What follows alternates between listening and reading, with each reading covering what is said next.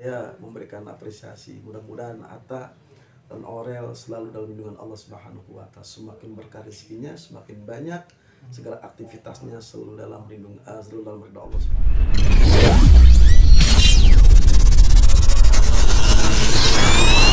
Sama-sama nggak boleh ada yang egois nih, kalau ada yang salah minta maaf. Kadang juga kita gini bikin peraturan di rumah tangga kita. Jadi kalau misalnya nih kita berantem, salahnya nih siapa nih? Ketika salah itu berulang berkali-kali, nah jadi kita harus nyiapin duit naruh di tengah ini, itu buat zakat. Jadi kita harus ngasih ke yatim piatu ataupun ke orang yang gak mampu. Oke, kalau salah kamu ini hari ini 10 juta ya. Kalau nanti aku ngelakuin, nah aku taruh 20 juta, jadi naik terus. Jadi misalnya ngelakuin itu lagi 50. Oh, berulang. Berulang. Jadi supaya jadi istilahnya inget. Kita itu harus mempelajari dari kesalahan, nggak boleh ngelakuin kesalahan yang sama kalau rumah tangganya mau bagus. Aurel, kemarin sempat viral juga. Iya, kayak saya bilang. Si siapa Atta dan Aurel itu, Atta menjelaskan bahwa ketika dia berdebat, ibarat kata ada masalah di dalam rumah tangga mereka, mereka itu mewajibkan untuk menyisihkan sejumlah uang. Artinya mereka berdua nih berlomba-lomba dalam beramal. Nah ini Ustadz melatih gimana suami istri berlomba-lomba buat beramal gitu. Nah Ustadz, ketika mereka dalam masalah nih, iya. Ketika mereka dalam masalah ribut ribut rumah tangga, iya. Nah ketika ada kesalahan mereka wajib naruh duit. Iya. Misalnya wajib. Iya. Nah Ustadz melihatnya gimana? Saya melihat Atta Halilintar dan Aurel ketika ada permasalahan di rumah tangganya, ada keunikan yang terjadi kedua insan yang memang rumah tangga tersebut.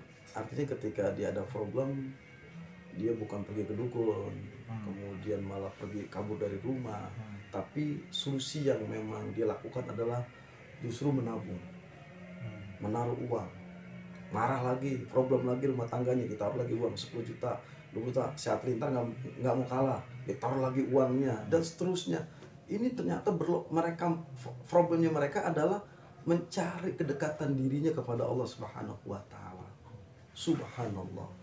Masya Allah. Artinya problemnya dia bukan lewat mencari jalan keluarnya lewat maksiat dan sebagainya, dugem. Ternyata permasalahan dia yang dia hadapinya ketika ada masalah di keluarganya, justru malah menaruh uang 10 juta, marah lagi 20 juta, marah lagi 30 juta. Ini rahmat Allah. Inilah kalau orang yang diberikan kepercayaan oleh Allah dengan kekayaan, dengan kemampuan, hasbi Allah yang Allah lebihkan pada mereka. Orang ini amanah. Dan uang itu, Oman kata Atta di salah satu podcast, uang itu tidak untuk dibalikan ke keluarga, tapi untuk beramal dan dibagikan ke yang susah. Itu gimana Ustadz melihatnya? Nah inilah keunikan orang kan berbeda-beda cara mencari jalan dalam bentuk kesulitan.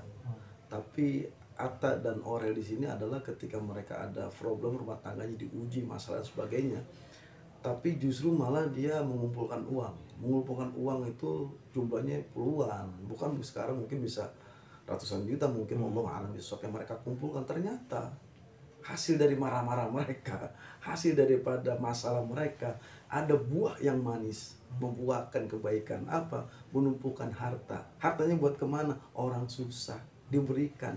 Nah beruntung orang susah dengan marah-marahnya dia, dengan ujian rumah tangganya, tapi subhanallah justru malah marah lagi, duit lagi di jalan Allah. Nah kemudian yang uniknya lagi, hartanya itu yang mereka buang, yang mereka anggaplah sebagai salah satu mengumpulkan, diberikan kepada fuqara wal masakin, wal yatima wal masakin, wal fuqara wal masakin. Ini keunikan. Ini jarang terjadi nih. Jarang terjadi. Mungkin saya melihatnya baru ini saja. Dan orang susah yang ini beruntung, dibantu, diberikan modal, kemudian diperhatian lewat tadi yang marah-marah itu lewat dengan uang. Ini subhanallah, perlu adanya saya memberikan apresiasi. Mudah-mudahan Atta dan Aurel selalu dalam lindungan Allah Subhanahu wa Ta'ala. Semakin berkah rezekinya, semakin banyak segala aktivitasnya selalu dalam ridha Allah Subhanahu wa Ta'ala. Kalau orang yang berlomba-lomba dalam amal itu, Allah menjanjikan apa sih? Gini, Ini masalah infak. Ya ayyuhalladzina amanu anfiqu mimma razaqnakum min qabli ayyatiya yaumul la bay'un fihi wala khullah syafa'ah wala syafa'ah. Yaitu sesungguhnya orang-orang yang beriman diinfakkan rezeki, sebagian rezeki di jalan Allah Subhanahu wa taala, kecuali balasannya ialah syafaat. Syafaat apa? Pertolongan. Di dunia dia mendapatkan efek dari kebaikan berupa amal jariah. Sodakah tanfa'ul bala. Sedekah salah satunya yaitu menolak bala. Penyakit yang ada mungkin penyakit jantung, liver, sebagainya, melewati sedekah maka terangkat penyakitnya. Dan belum lagi di dunia segala hajatnya dikabul lewat sedekah wasilah asbab sedekah.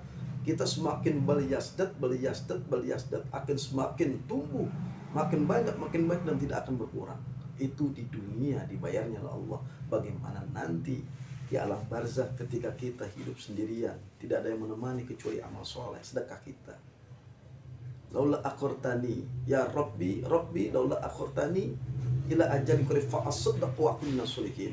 Banyak orang-orang yang meninggal saat ini meminta kepada Allah, ya Rabb, jikalau seandainya Engkau hidupkan 1 jam saja, saya mau sodakoh.